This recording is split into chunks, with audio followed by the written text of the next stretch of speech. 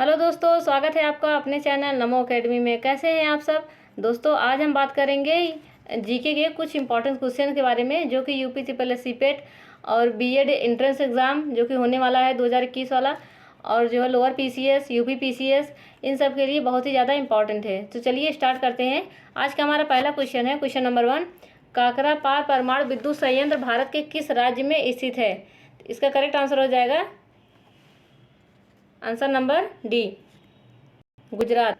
काकरापार परमाणु विद्युत संयंत्र, जिसको नाभिकीय शक्ति केंद्र कहते हैं, इसकी स्थापना गुजरात में की गई है। 1993 में की गई थी, मतलब इसको चालू किया गया था 1993 में। नेक्स्ट क्वेश्चन है, क्वेश्चन नंबर 2। खिलाफत आंदोलन भारत में कब प्रारंभ किया गया था? तो इसका करेक्ट आंसर हो जाएगा आंसर नंबर ए, 1919 में। खिलाफत आंदोलन 1919 में शौकत अली और मोहम्मद अली द्वारा तुर्की के खलीफा के समर्थन के लिए चलाया गया था, जो कि धीरे धीरे असहयोग आंदोलन में बदल गया था। असहयोग आंदोलन अगस्त 1920 में महात्मा गांधी द्वारा प्रारंभ किया गया था। नेक्स्ट क्वेश्चन है, क्वेश्चन नंबर 3। निम्नलिखित में से किसे नोबेल पुरस्कार प्रदान किया गया था? तो इसका करेक्ट आंसर है आंसर नंबर सी,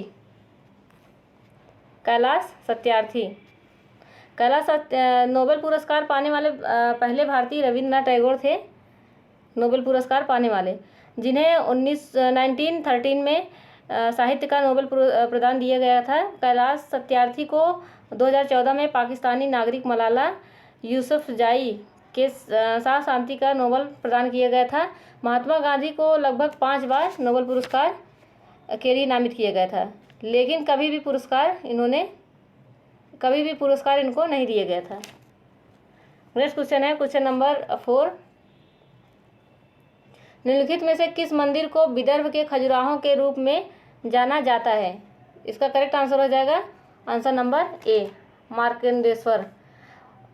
महाराष्ट्र के गढ़चिरौली जिले में बेनगंगा नदी के तट पर अवस्थित है ये मार्कंडेश्वर मंदिर। विदर्भ के खजुराहों के नाम से जाना जाता है। उत्तरी भारत की नागर शैली का यह मंदिर शैव, वैष्णव और शाक्त संप्रदायों से संबंधित है। 16 जुलाई 2019 को पत्र सूचना ब्यूरो पीआईबी द्वारा प्रकाशित संस्कृत मंत्रालय भारत सरकार की विज्ञप्ति के अनुसार इस मंदिर का जीर्णोद्धार कार्य भारतीय पुरातत्व सर्वेक्षण द्वारा त्वरित गति से कराया जा रहा है। नेक्स्ट क्वेश्चन है, आईएनए के अधिकारियों पर मुकदमा चलाया गया था। इसका करेक्ट आंसर हो जाएगा answer number A, Lal Qila Delhi में। आईएनए जिसका वो होता है आज़ाद हिंद फौज के गिरफ्तार अधिकारियों का नवंबर 1945 में दिल्ली के लाल किले से मुकदमा चलाया गया था। इस मुकदमे में मुख्य अभियुक्त आईएनए के तीन अधिकारी थे, जिनका नाम था मेजर शाहनवाज खां, कर्नल गुरुदयाल सिंह और डिल्लो और कर्नल प्रेम सहगल थे, जिन पर राजद्रोह का आरोप चलाया गया था। इस मुकदमे के बचाव पक्ष के वकीलों का नेतृत्व भूलाभाई देसाई ने किया था। उनका नाम क्या था? भूलाभाई देसाई। नेक्स्ट क्वेश्चन है, क्वेश्चन नंबर 6। निम्नलिखित में से किस नदी के ऊपरी मार्ग में मीठा जल का परंतु निचले भाग में खारे जल का प्रवाह मिलता है? इसका करेक्ट आंसर हो जाएगा आंसर नंबर बी, लूनी नदी। राजस्थान की लूनी नदी का उद्गम अजमेर के निकट अरावली श्रृंखला में स्थित नागा पहाड़ी से होता है। लूनी नदी का जो है उद्गम नागा पहाड़ी से होता है। पुष्कर झील से निकलने वाली इसकी सहायक नदी सरस्वती, जो पुष्कर झील से निकलती है उसका नाम सरस्वती है। इसमें मिलने के बाद यह लूनी नदी कहलाती है। अपने प्रवाह मार्ग के ऊपरी मार्ग में लगभग 100 किलोमीटर तक अपने मीठा जल पाया जाता है, परंतु बाड़मेर के बलोतरा में पहुंचकर इसका जल लवड़ी या फिर खारा हो जाता है। नेक्स्ट क्वेश्चन है, क्वेश्चन नंबर 7। निम्नलिखित में से नदियों में से कौन सा अपने भ्रंश घाटी प्रवाह के लिए प्रसिद्ध है? इसका करेक्ट आंसर हो जाएगा आंसर नंबर बी, दामोदर। नदियों में से दामोदर नदी अपने भ्रंश घाटी प्रवाह के लिए प्रसिद्ध है। भ्रंश के कारण यह नदी अपने अनुप्रवाह में दाहिनी और तीव्र मोड़ लेकर दक्षिणी दिशा की ओर बढ़ती है और इसकी चौड़ाई और जल धारण क्षमता कम हो जाती है। नेक्स्ट क्वेश्चन है, question number 8। Native marriage act किस वर्ष पारित किया गया था? इसका करेक्ट आंसर हो जाएगा आंसर नंबर बी, 1872 में। नेटिव मैरिज एक्ट 1872 में पारित किया गया था। इस लड़कियों के विवाह और इसमें मतलब इस एक्ट के तहत अंतर्जातीय विवाहों को मान्यता दी गई थी और लड़कियों के विवाह की न्यूनतम आयु जो है 14 वर्ष तथा बालकों जो लड़के थे उनके लिए 18 वर्ष निर्धारित की गई थी। साथ ही इसके द्वारा बहुपत्नी प्रथा को प्रतिबंधित किया गया था। नेटिव मैरिज एक्ट के द्वारा। नेक्स्ट क्वेश्चन है, निम्नलिखित नदियों में से किसे जय मरुस्थल की संज्ञा दी गई? इसका करेक्ट आंसर हो जाएगा आंसर नंबर बी, दामोदर। नदियों में से दामोदर नदी प्रदूषण के कारण जय मरुस्थल कही जाने लगी है, प्रदूषण के कारण। नेक्स्ट क्वेश्चन है, निम्नलिखित में से प्राकृतिक प्रदेशों में से किसे बड़े शिकारों की भूमि के नाम से जाना जाता है? इसका करेक्ट आंसर हो जाएगा आंसर नंबर डी, उष्ण कटिबंधीय सवाना प्रदेश। पारिस्थितिक तंत्र में पूरी दुनिया में सवाना प्रदेश में प्रत्येक वर्ष हजारों बड़े जानवर को शिकार के दौरान मारा जाता है, इसलिए इस प्रदेश को बड़े शिकारों की भूमि कहा जाता है। नेक्स्ट क्वेश्चन है, इकोसिस्टम के संबंध में निम्न में से क्या सत्य है? इसका करेक्ट आंसर हो जाएगा आंसर नंबर सी, शाकाहारियों की संख्या मांसाहारियों से अधिक होती है। पारिस्थितिक तंत्र में प्रत्येक पोषण स्तर से आगे बढ़ने पर ऊर्जा का ह्रास होता है, इसी कारण उत्पादकों की संख्या उपभोक्ताओं से अधिक होती है। पारिस्थितिकी तंत्र में शाकाहारियों की संख्या मांसाहारियों से अधिक होती है। नेक्स्ट क्वेश्चन है क्वेश्चन नंबर 12, मानव गतिविधियों से परिवर्तित पर्यावरण कहलाता है। तो इसका करेक्ट आंसर हो जाएगा आंसर नंबर बी, एंथ्रोपोजेनिक पर्यावरण। सामान्य तौर पर प्रकृति पर मानवीय प्रभाव को एंथ्रोपोजेनिक कहा जाता है। स्पष्ट है कि मानव गतिविधियों को परिवर्तित पर्यावरण एंथ्रोपोजेनिक पर्यावरण कहलाता है।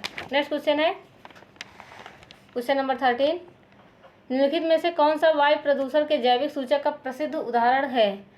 तो वायु प्रदूषण का सबसे अधिक प्रभाव लाइकेन पर पड़ता है, क्योंकि ये वायु प्रदूषण के प्रति संवेदी हैं। ये वायु प्रदूषण के जैविक सूचक के रूप में कार्य करते हैं। तो इसका करेक्ट आंसर हो जाएगा answer number A, lichens. Next question है, अंतर्राष्ट्रीय सौर संगठन ISA का सचिवालय वर्तमान में निम्नलिखित में से किस स्थान पर स्थित है? इसका करेक्ट आंसर हो जाएगा आंसर नंबर सी, गुरुग्राम में। अंतर्राष्ट्रीय सौर संगठन एक संधि आधारित अंतर्राष्ट्रीय गठबंधन है, जिसका उद्देश्य सौर ऊर्जा क्षेत्र में 2030 तक 1000 बिलियन डॉलर से अधिक की राशि का निवेश करना और सदस्य देशों में 1000 गीगावाट से अधिक सौर उत्पादन क्षमता के विकास और तैनाती को गति प्रदान करना है। इसका सचिवालय गुरुग्राम कहाँ पे है? हरियाणा में स्थित है। नेक्स्ट क्वेश्चन, निम्नलिखित में से किस पदार्थ में कैल्शियम विद्यमान है? जिप्सम एक खनिज है जिसमें सूक्ष्म तत्व गंधक एवं कैल्शियम प्रचुर मात्रा में पाया जाता है। रासायनिक संरचना की दृष्टि से यह कैल्शियम का सल्फेट है, जिसमें जल के भी 2 अणु हैं उपस्थित होते हैं। इसका रासायनिक सूत्र क्या है? CaSO4 2H2O। इसका करेक्ट आंसर हो जाएगा answer number C, gypsum. Next question है, निम्नलिखित में से कौन सा पदार्थ प्रोटीन नहीं है?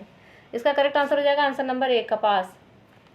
कपास एक मुलायम रोएदार स्टेपल रेशा होता है, जो कपास के पौधे के बीजों के चारों ओर एक संरक्षण आवरण में विकसित होता है। यह लगभग पूरी तरह सेलुलोज का बना होता है। केस जिसको बाल कहते हैं, ये लूता रेशम स्पाइडर सिल्क होता है और खुर मुख्यतः प्रोटीन के बने होते हैं। नेक्स्ट क्वेश्चन है क्वेश्चन नंबर 17, मानव शरीर में निम्नलिखित में से कौन सी ग्रंथि अंतःस्रावी एवं बहिस्रावी दोनों ही प्रकार की ग्रंथि हैं? तो इसका करेक्ट आंसर हो जाएगा आंसर नंबर सी, अग्नाशय। अग्नाशय एक मिश्रित ग्रंथि है जिसमें बहिर्ग्रंथ तथा अंतर्ग्रंथ दोनों प्रकार के उत्तक या कोशिकीय होती हैं। अग्नाशय के 2 मुख्य कार्य होते हैं। बहिर्स्रावी जो होती है यह मुख्यतः पाचन में सहायक होता है, और जो अंतःस्रावी होती है यह रक्त शर्करा को विनियमित करता है। नेक्स्ट क्वेश्चन है क्वेश्चन नंबर 18, मानव आहार में पॉलिश किए हुए चावल के उपयोग से निम्नलिखित रोग होता है। इसका करेक्ट आंसर हो जाएगा आंसर नंबर ए, बेरी। सफ़ेद अनाज जैसे पॉलिश किए हुए चावल और गेहूं का आटा, ये सब थायमीन पर्याप्त मात्रा में उपस्थित नहीं होता है, और अगर मानव आहार में यही चीज़ें शामिल हैं तो यह शरीर में थायमीन की कमी का कारण बन सकता है। बेरी एक पोषण संबंधी विकार है जो थायमीन विटामिन B1 की कमी के कारण होता है। नेक्स्ट क्वेश्चन है, निम्नलिखित में से कौन सा युग्म सही सुमेलित नहीं है? तो इसका करेक्ट आंसर हो जाएगा answer number B, vitamin B2 cod यकृत तेल। कॉड यकृत तेल कॉड मछली के यकृत से उत्पन्न एक आहार पूरक है जिसमें ओमेगा 3 फैटी एसिड के अतिरिक्त विटामिन ए और विटामिन डी की उपस्थिति होता है। विटामिन B2 को रिबोफ्लेविन के नाम से जाना जाता है। यह भोजन से ऊर्जा मुक्त करने में सहायक होता है। अंडे, हरी सब्जियां, फलियां, दूध ये सब इसके प्रमुख स्रोत हैं। नेक्स्ट क्वेश्चन है, माँ का दूध नवजात को लगभग संपूर्ण आहार प्रदान करता है किंतु इसमें निम्नलिखित का अभाव होता है। तो इसका करेक्ट आंसर हो जाएगा आंसर नंबर ए, लव। माँ का दूध नवजात को लगभग संपूर्ण आहार प्रदान करता है लेकिन इसमें लव पोषक तत्वों का अभाव होता है। दुग्ध स्राव के आरंभिक कुछ दिनों तक जो दूध निकलता है उसे प्रथम स्तन्य या खीस कहते हैं। इसमें कई प्रकार के प्रतिरक्षी तत्व समाहित होते हैं जो नवजात शिशु में प्रतिरोधी क्षमता उत्पन्न करने के लिए अति आवश्यक होते हैं। कोलोस्ट्रम और खीस में शिशु के बेहतर स्वास्थ्य के लिए जिंक, कैल्शियम, विटामिन जो रहता है ए, B6, B12, पोटेशियम, मैग्नीशियम ये सब प्रचुर मात्रा में पाई जाती हैं। नेक्स्ट क्वेश्चन है, किसने कहा भारत एक अर्ध संघात्मक राज्य है। इसका करेक्ट आंसर हो जाएगा आंसर नंबर डी, केसी व्हीलर। ऑस्ट्रेलियाई संविधानविद के केसी व्हीलर ने कहा था भारत एक अर्ध संघात्मक राज्य है।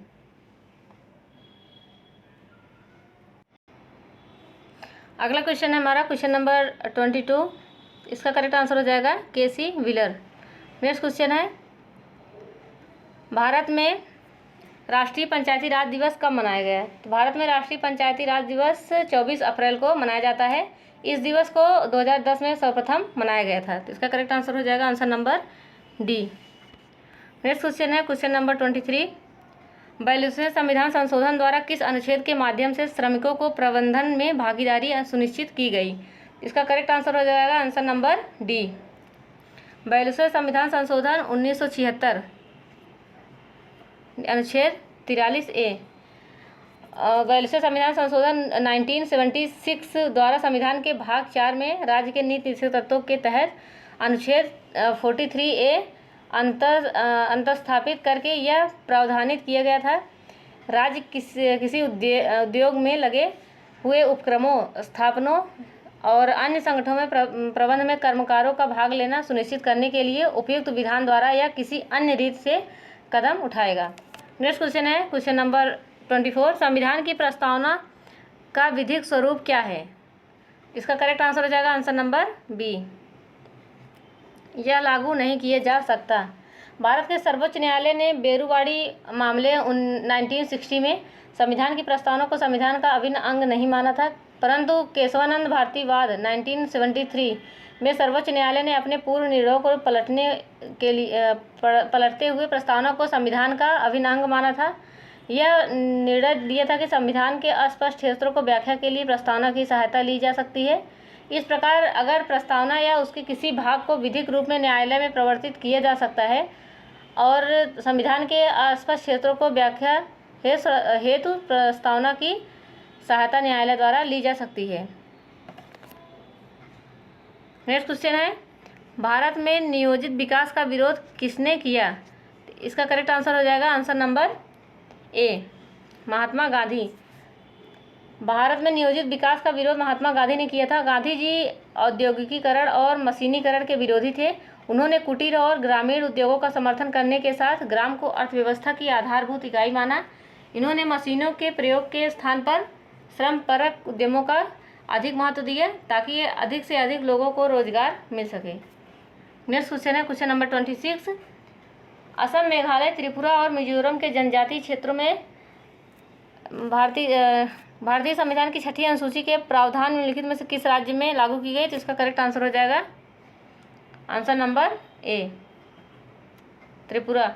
असम, मेघालय, त्रिपुरा और मिजोरम के जनजातीय क्षेत्रों में प्रशासन के लिए 6ठी अनुसूची के प्रावधान लागू होते हैं। 6ठी अनुसूची में इन राज्यों में स्वायत्त जिला परिषद की स्थापना की अनुमति प्रदान करती है। सिक्किम और नागालैंड में इसे नहीं शामिल करते हैं। नेक्स्ट क्वेश्चन है, निम्नलिखित युग्म में कौन युग्म सुमेलित नहीं है।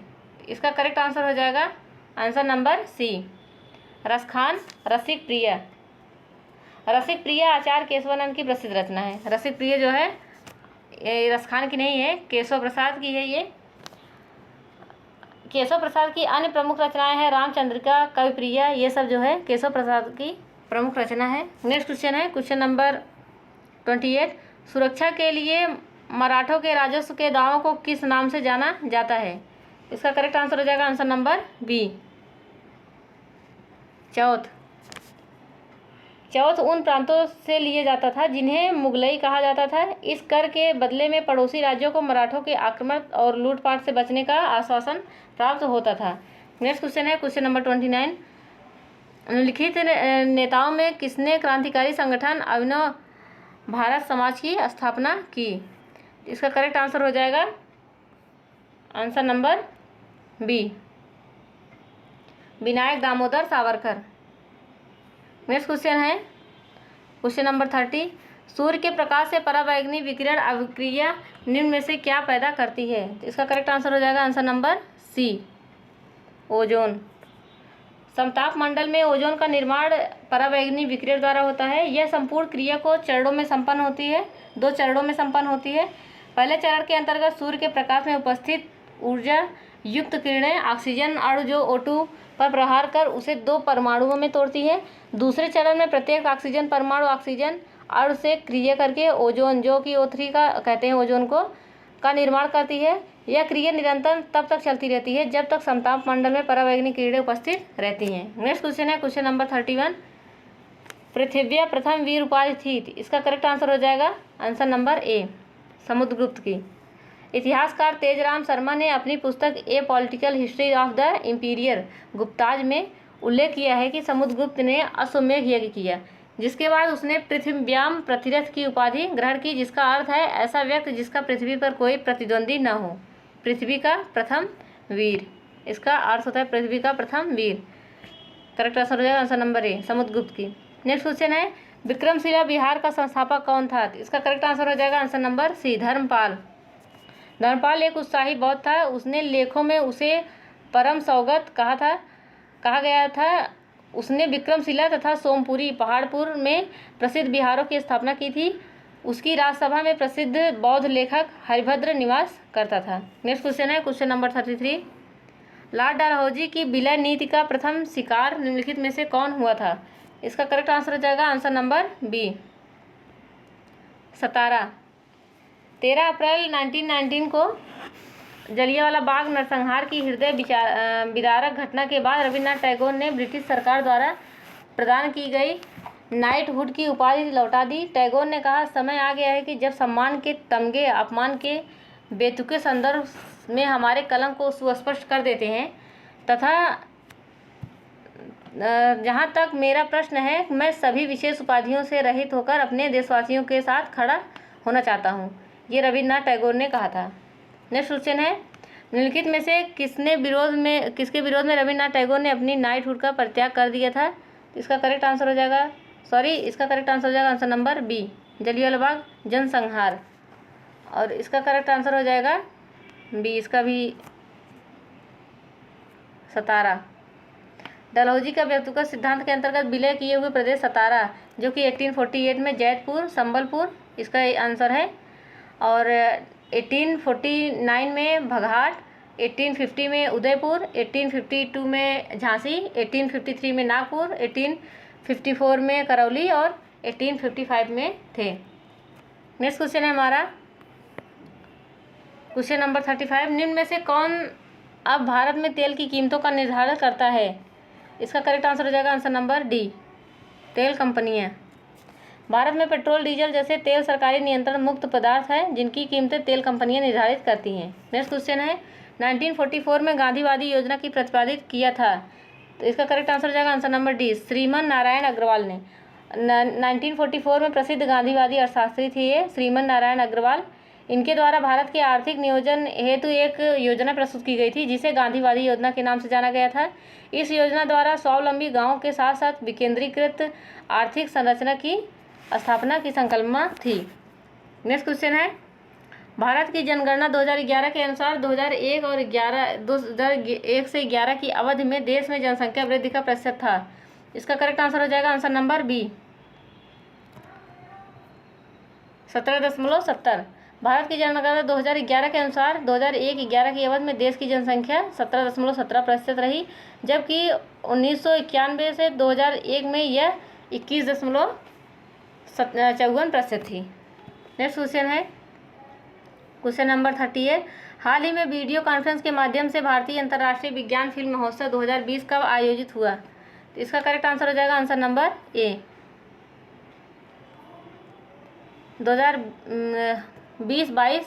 20 से 25 दिसंबर 2020। इसके मध्य वीडियो कॉन्फ्रेंस के माध्यम से भारतीय अंतर्राष्ट्रीय विज्ञान फिल्म महोत्सव 2020 आयोजित हुआ है। इसका आयोजन भारतीय अंतर्राष्ट्रीय विज्ञान महोत्सव IISF 2020 के भाग के रूप में किया गया था। इसका उद्देश्य नागरिकों में विज्ञान की लोकप्रियता को बढ़ावा देना और युवा विज्ञान फिल्म निर्माताओं और विज्ञान के प्रति लोगों को आकर्षित करना है। नेक्स्ट क्वेश्चन है, 25 दिसंबर 2020 को भारत के अंतर्राष्ट्रीय विज्ञान फिल्म पुरस्कार 2020 की घोषणा की गई, इसमें अंतर्राष्ट्रीय श्रेणी में आत्मनिर्भर भारत के लिए विज्ञान और या विश्व कल्याण के लिए विज्ञान विषय पर केंद्रित फिल्म को सर्वोच्च पुरस्कार किस फिल्म को मिला? तो 25 दिसंबर 2020 को भारत के अंतर्राष्ट्रीय विज्ञान फिल्म पुरस्कार 2020 की घोषणा की गई। इसमें 6 फिल्मों को अंतर्राष्ट्रीय और 14 फिल्मों को राष्ट्रीय फिल्म की पुरस्कृत किया गया। इसमें अंतर्राष्ट्रीय फिल्म में आत्मनिर्भर भारत के लिए विज्ञान और या विश्व कल्याण के लिए विज्ञान विश्व पर केंद्रित फिल्म का सर्वोच्च पुरस्कार जर्मनी के एंड्रियाज एवेल्स द्वारा निर्देशित अंग्रेजी भाषा की फिल्म था, उसका नाम था द इंसेक्ट टेस्क्यूअर को मिला था। इसका करेक्ट आंसर हो जाएगा answer number D, the insect टेस्क्यूअर को मिला था। नेक्स्ट क्वेश्चन है क्वेश्चन नंबर 40, 25 दिसंबर 2020 को देश भर में राष्ट्रीय सुशासन दिवस मनाया गया। केंद्र सरकार ने किस वर्ष इस दिवस को मनाने की घोषणा की? इसका करेक्ट आंसर हो जाएगा आंसर नंबर बी, वर्ष 2014 में। 25 दिसंबर 2020 को देश भर में राष्ट्रीय सुशासन दिवस मनाया गया। यह दिवस भारत के पूर्व प्रधानमंत्री अटल बिहारी वाजपेयी के जन्म दिवस के अवसर पर मनाया गया था। केंद्र सरकार ने 2014 में इस दिवस को मनाने की घोषणा की थी। नेक्स्ट क्वेश्चन है, 24 दिसंबर 2020 को किसने स्वच्छता अभियान मोबाइल ऐप का शुभारंभ किया? तो इसका करेक्ट आंसर हो जाएगा answer number B, Thawarchand Gehlot. केंद्रीय सामाजिक न्याय और आधिकारिक मंत्री थावरचंद गहलोत हैं। स्वच्छता अभियान मोबाइल ऐप का शुभारंभ किया। इस ऐप को अस्वस्थ शौचालय और मेहतरों सिर पर मैला ढोने वालों को पहचान करने और उनकी जियो टैगिंग करने के लिए विकसित किया गया था। इसे स्वच्छ शौचालयों के स्थान पर स्वच्छ शौचालय उपलब्ध कराने और सभी मेहतरों का पुनर्निवास कर उन्हें सम्मानजनक जीवन उपलब्ध कराने में मदद मिलेगी।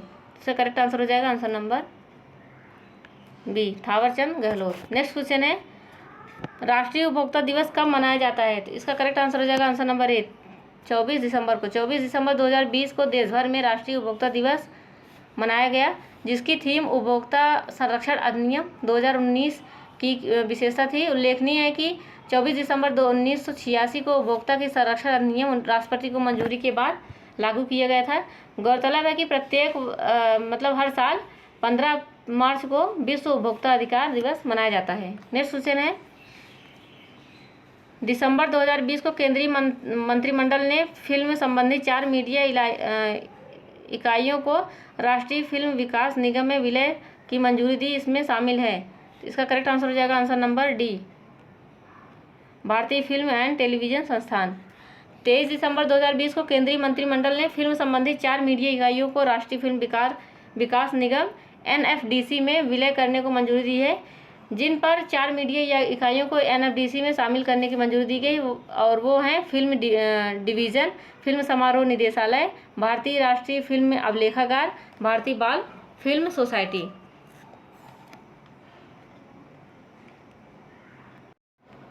अगला क्वेश्चन है, आयुष का जन्मदिन सोमवार 22 मई को है। यदि नीरव का जन्म 30 अक्टूबर को हुआ है तो उसी वर्ष नीरव का जन्म सप्ताह में किस दिन होगा? इसका करेक्ट आंसर हो जाएगा आंसर नंबर ए, सोमवार को। नेक्स्ट क्वेश्चन है, कथन एक ए है, बीमार लोगों को दवा की ज़रूरत होती है, और निष्कर्ष है स्वस्थ लोगों को दवा की ज़रूरत नहीं होती है, और सेकंड है लोग अपने घरों में दवा रखते हैं। तो इसका करेक्ट आंसर हो जाएगा आंसर नंबर सी, न तो निष्कर्ष 1 और न ही निष्कर्ष 2 निकलता है।